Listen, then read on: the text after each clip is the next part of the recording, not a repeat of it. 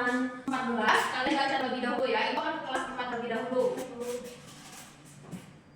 Baik, anak-anak kelas 4. Sekarang buka punya halaman 42 lagi tentang bagian tumbuh-tumbuhan. Nah, di bagian B itu terdapat fungsi-fungsi dari bagian tumbuhan.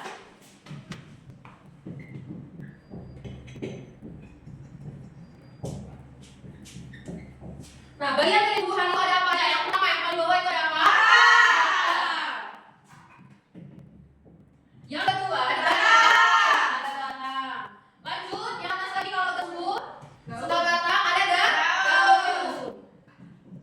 Kalau dia udah besar, di pangkal daun itu ada yang namanya ranting. Terus pada bagian Tuhan ada yang namanya bunga. Iya, ada yang namanya bunga dan juga ada yang namanya buah. Nah, apa itu? Berfungsi untuk menyerap tanaman, menyerap air di dalam tanah.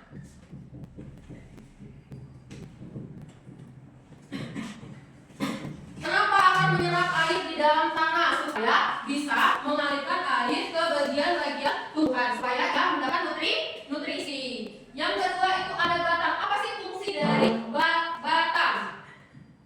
Fungsi dari batang itu untuk sebagai transportasi mengangkat air yang di dalam yang diserap ke bagian ranting dan juga daun.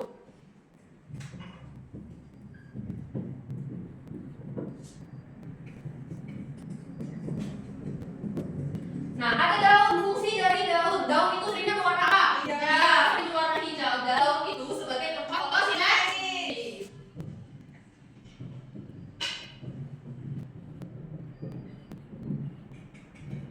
Dan di bagian keempat itu ada yang namanya ranting.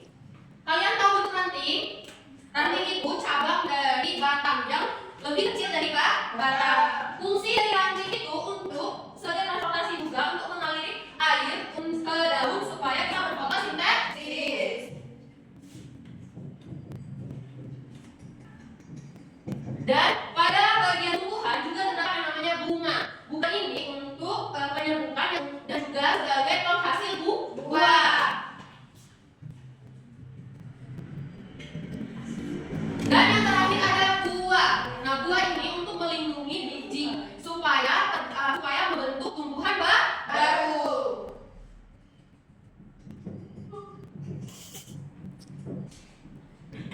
Oke, coba anak-anak kelas 4 pada bagian tumbuh-tumbuhan, fungsi dari bagian tumbuhan. Kita baca sama-sama ya. Yang pertama itu ada akar, berfungsi sebagai menyerap air di dalam tanah. Yang kedua itu ada batang. Batang itu berfungsi sebagai transportasi untuk mengaliri air ke seluruh bagian tumbuhan. Dan yang ketiga itu ada yang namanya daun. Nah, daun ini berfungsi sebagai tempatnya fotosintesis. Terus ada yang namanya ranting. Ranting ini untuk mengaliri air ke daun. Dan juga ada yang namanya bagian bunga. Bunga ini untuk menghasilkan buah. Dan juga buah pada bagian tumbuhan untuk melindungi biji supaya terdapat tumbuhan baru.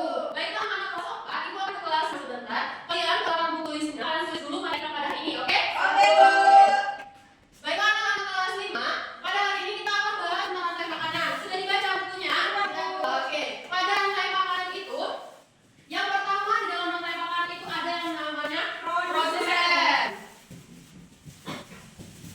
Dan yang kedua ada yang namanya konsumen. Dan yang ketiga terakhir ada yang namanya pengurai. Nah, produsen ini ialah suatu tumbuhan yang dapat menghasilkan makanannya sendiri.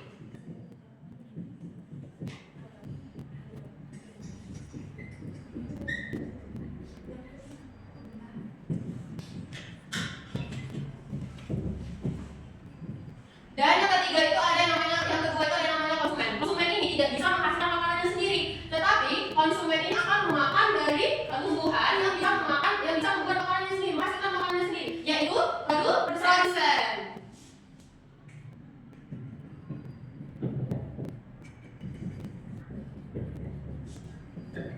Nah, di sini ada yang terakhir yaitu pengurai. Pengurai itu apabila konsumen sudah mati, nah konsumen tersebut akan diurai. Nah, diurai itu akan dihancurkan dan menjadi pupuk bagi tumbuhan lain. Nah, pengurai ini biasanya itu ya jamur.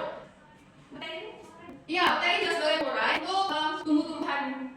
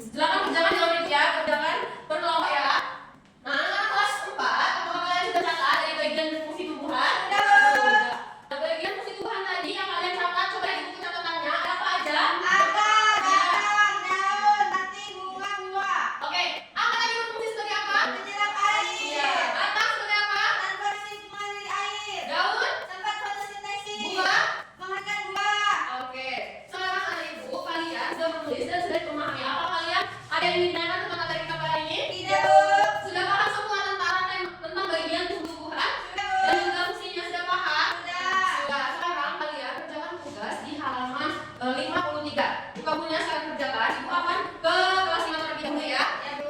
Baiklah, kelas 5 silakan maju ke kelompoknya.